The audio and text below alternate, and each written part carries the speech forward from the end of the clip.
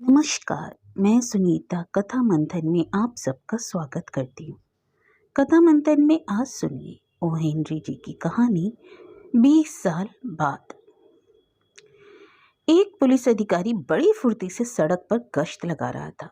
रात के अभी मुश्किल से 10 बजे थे, लेकिन हल्की हल्की बारिश तथा ठंडी हवा के कारण सड़क पर बहुत कम आदमी नजर आ रहे थे। सड़क के एक छोर पर एक गोदाम था। जब पुलिस अधिकारी उस गोदाम के करीब पहुंचा तो उसके दरवाजे के पास उसने एक आदमी को देखा। वह आदमी मुंह में बिना जला हुआ सिगार दबाए झुककर खड़ा था।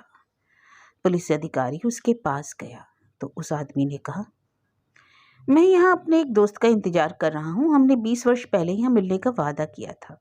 आपको मेरी बात कुछ अजीब लग रही होगी, लेकिन यह सच है। यह कहकर उस आदमी ने दिया सिलाई की तीली जलाकर सिगार सुलगाया। उस जलती हुई तीली के उजाले में पुलिस अधिकारी ने उस आदमी का चेहरा देखा। उसका चेहरा पीला था, आंखों में चमक थी तथा दाहिनी भौं के पास एक छोटा सा दाग था। उसके टाई पिन में एक बड़ा सा हीरा कुछ अजीब तरह से जड़ा हुआ था। उस आदमी ने दोबारा कहना शुरू किया, 20 वर्ष पहले इस गोदाम की जगह बिग जो नाम का एक रेस्टोरेंट हुआ करता था। आज से ठीक 20 वर्ष पहले ऐसी ही रात को मैंने अपने सबसे अच्छे मित्र जिमी के साथ उस रेस्टोरेंट में खाना खाया था। उस रात हमने निश्चय किया था कि अगली सुबह अगले 20 वर्षों के लिए हम एक दूसरे से अलग हो जाएंगे। इन वर्षों में हम जीवन में कुछ बनने के लिए संघर्ष करेंगे और जो कुछ बन पाएंगे बनेंगे। और ठीक 20 वर्ष बाद इसी समय हम फिर यहीं मिलेंगे, चाहे इसके लिए हमें कितनी ही दूर से क्यों ना आना पड़े तथा हमारी कैसी भी परिस्थिति क्यों ना हो। यह सुनकर उस पुलिस अधिकारी ने कहा, यह तो बड़ी दिलचस्प बात है। वैसे जब से आप जिमी से अलग हुए, क्या उसके बारे में आपको कुछ नहीं पता चला?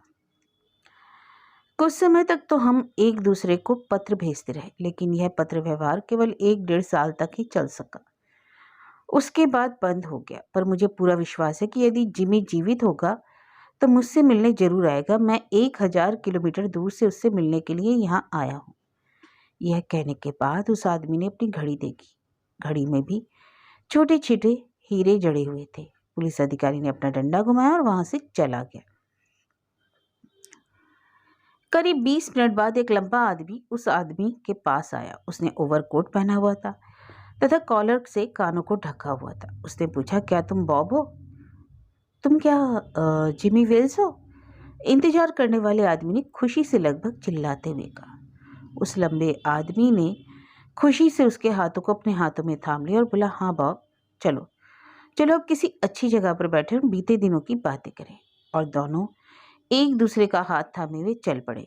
दवाइयों की एक दुकान के सामने से गुजरते हुए उस दुकान की रोशनी में उन्होंने एक दूसरे का चेहरा ठीक से देखा।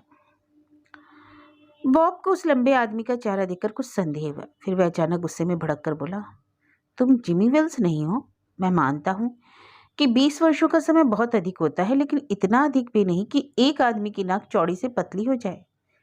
इसके जवाब में उस लंबे आदमी ने कहा, ऐसा होता है कि मुझे नहीं पता, लेकिन 20 वर्षों में एक अच्छा आदमी बुरा आदमी जरूर बन जाता है। 20 वर्ष पहले तुम एक अच्छे आदमी थे, लेकिन आज एक बुरे आदमी बन गए हो। खैर, यह कागज लो और पढ़ो।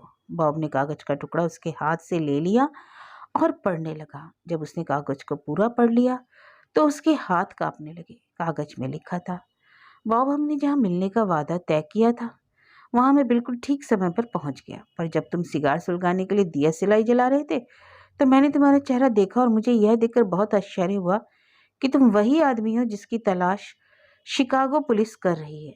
मुझे तुम्हें उसी वक्त गिरफ्तार कर लेना चाहिए था, लेकिन मैं तुम्हारा दोस्त होने के कारण यह काम नहीं कर सका। जब मैंने पुलिस के ही दूसरे आदमी को सादे कपड़ों में तुम्हें गिरफ्तार करने के लिए भेजा है।